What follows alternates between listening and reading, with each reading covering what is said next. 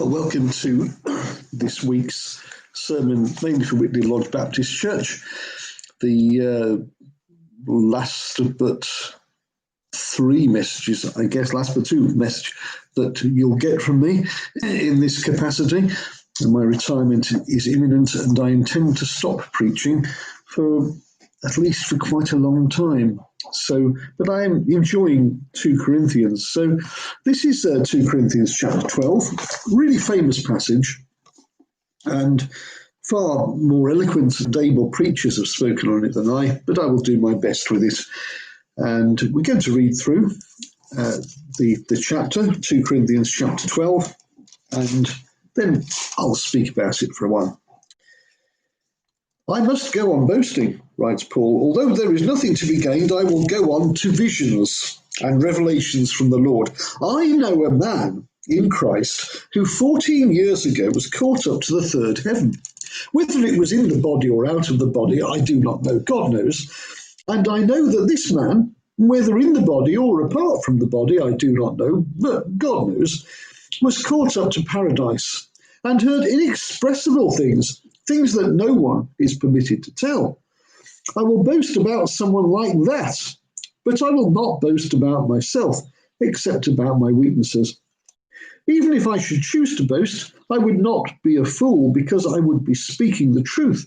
But I refrain, so no one will think more of me than is warranted by what I do or say, or because of these surpassingly great revelations. Therefore, in order to keep me from becoming conceited, I was given a thorn in my flesh, a messenger of Satan to torment me. More accurately, Greek might be translated to batter me. 3 times I pleaded with the Lord to take it away from me, but he said to me, "My grace is sufficient for you, for my power is made perfect in weakness. Therefore I will boast all the more gladly about my weaknesses, so that Christ's power may rest on me.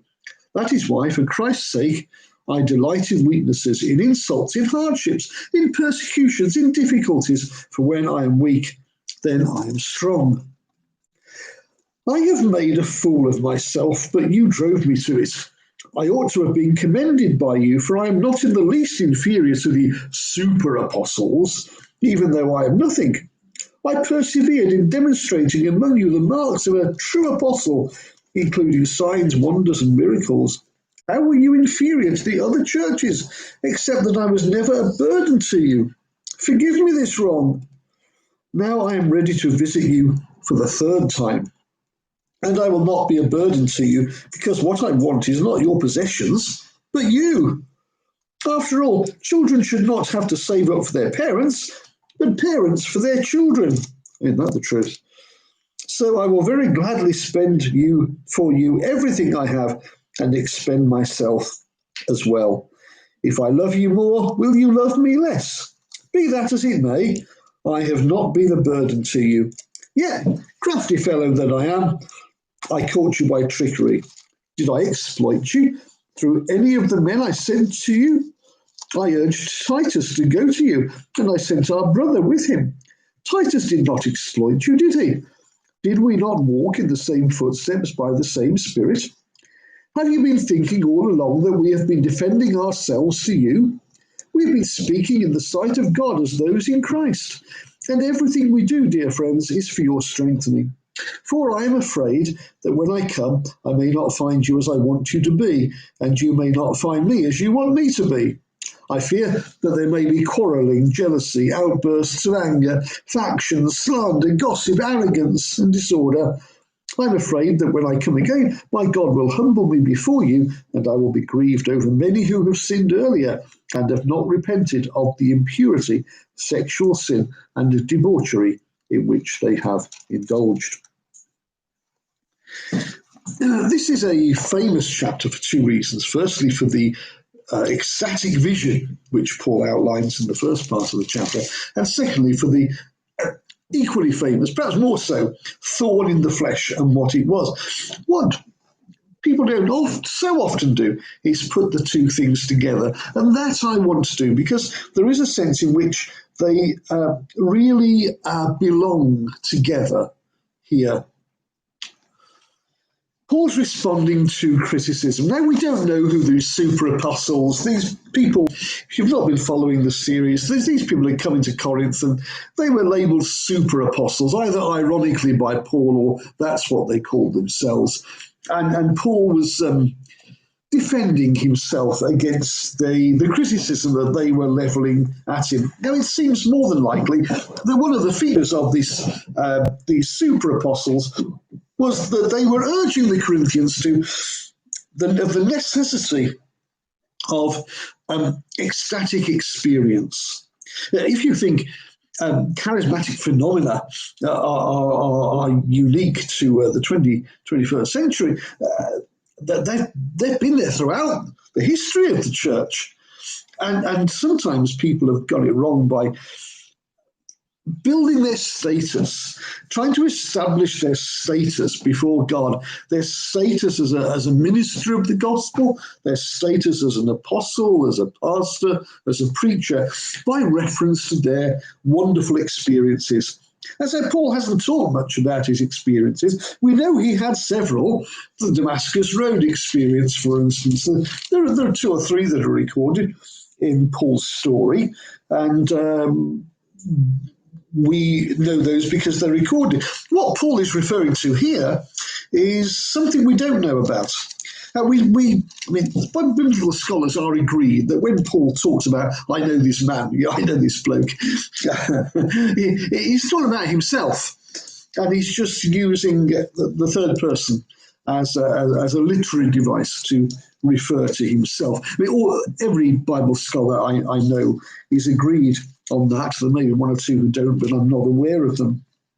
And Paul talks about an experience, and he said, kind of 14 years ago. I would place it around about between 40 and 44 AD. Perhaps in the years in Paul's life, possibly in Antioch, about which we know very little. And it was a phenomenal experience. Paul says, I don't know whether it was in the body or out of the body. This is perhaps because one of the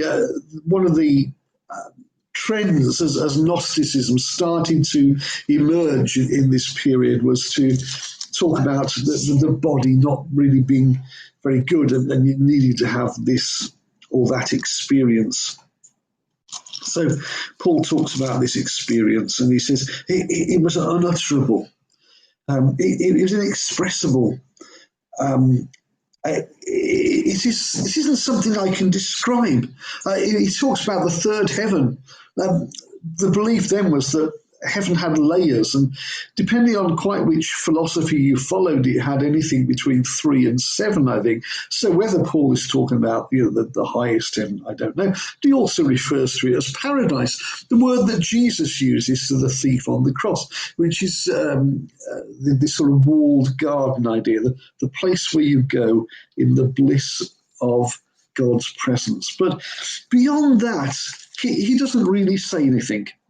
And he just says, I can't attach a label to this. There isn't anything that adequately explains it. I can't even describe it to you. And actually, some of the things that are contained therein are so precious, and they are so intimate that I wouldn't share them anyway. I love that. Because I do think that whether or not whether you've been to the third heaven or the first heaven or the second heaven or the sixth heaven or wherever many it is, whether you've experienced paradise, whatever experience you have and however you rate it, what is really, really important as Christians is that there is within us an intimacy with God. There is a place where nobody else is allowed, because that is the deepest depths of our relationship that we have with our Heavenly Father. And Paul, and I love the way Paul says this, is that I'm not going to go further. I won't share any more of this because what I experienced was things that were inexpressible, things that no one is permitted to talk about. And so Paul says, I too had this experience. I really think experiences where God zaps you and you get tingles and physical things happen to you, and you want to jump up and down, you might fall over and you might speak in tongues. I think all of these things are fantastic. I've loved them when they've come along, and kind of wish they would come along more frequently, but I've also learned that it's dangerous to depend upon them. But then Paul goes on from there, and Paul says, but let me tell you, along with ecstatic experiences such as this, and perhaps around the same time, God gave me a thorn in the flesh. So this wonderful experience of God on the one hand is balanced by this thorn in the flesh. Now, what was Paul's thorn in the flesh? Well, the answer is very simple. Nobody knows. There have been so many theories that it's almost impossible to relate them all, and there isn't any one that is generally accepted. So one of the first theories was a chap called Tertullian, who was an early church father, who said he thought it was perhaps a pain in the ear or the head. I'm tempted to say a pain in the neck. There are those who say this was Paul's wife. That's not fair or right. And Paul probably didn't have a wife anyway, although that's a matter of some debate. Anyway, Tertullian said pain in the ear or pain in the head. John Chrysostom said that Paul's thorn in the flesh was his opponents. It was the people who opposed him, who stood against him. Thomas Aquinas in the Middle Ages came along and said it was, and others actually said, I know what this was. It was sexual temptation. And I'm just kind of wondering whether that was Aquinas' thorn in the flesh, as it is for so many people. And that's why he plumbed for that. We don't know. More recently, people have focused on possible physical ailments. A commentator called Clavier said that the list of suggested ailments for Paul's thorn in the flesh reads like a medical dictionary. And some have more credibility than others. So some have suggested it's ophthalmia, it's something to do with his eyes. And this is supported by Paul's tendency to use an amanuensis secretary to write his letters, and by Paul saying, see, with what big letters I write. It was almost, so perhaps Paul had defective eyesight, and when he wrote, he used big letters. Possible. It's been suggested that it was epilepsy. Others have suggested malaria. Others have suggested it was the Jewish rejection of the gospel that was the thorn in the flesh. Some have said it was a nervous disorder. Some have suggested, hey, perhaps it was a speech impediment. And they suggest this because Paul Adil earlier on said that people said that his speaking was unremarkable and that he wasn't very impressive when he spoke. So perhaps it was something to do with a stutter or a speech impediment. Who knows? Well, what I think is fair to say is that for Paul to do the sorts of things that he did, he must have had pretty good physical health. Otherwise, he couldn't have done the kind of travels that he did and undergone the sort of trials that he did. We simply don't know. What is worth observing is that when it says the thorn in the flesh was sent to torment me, the Greek word can be translated batter, and so it, the sense is that this thing keeps hammering away at me. So that's worth bearing in mind when you decide what you think Paul's thorn in the flesh was. I've given up trying to guess. One day we could all form an orderly queue. I can just imagine this. Heaven. St. Paul standing at the front of a queue of millions of people, all wanted to talk to him. And I imagine at least half of them are going to want to know, what was your thorn in the flesh, Paul? He won't have it now, whatever it was. But the point is, and the reason, the thing that you sort of get drawn to, and the application of this is, well, why? Why the thorn in the flesh? And here's the funny thing. It says, I was given a thorn in the flesh, a messenger of Satan to torment me. So it's like God sent what was a messenger of Satan to torment him. And you think, well, why? Why do I have this? And he said, 3 times I prayed. I asked God to take it away.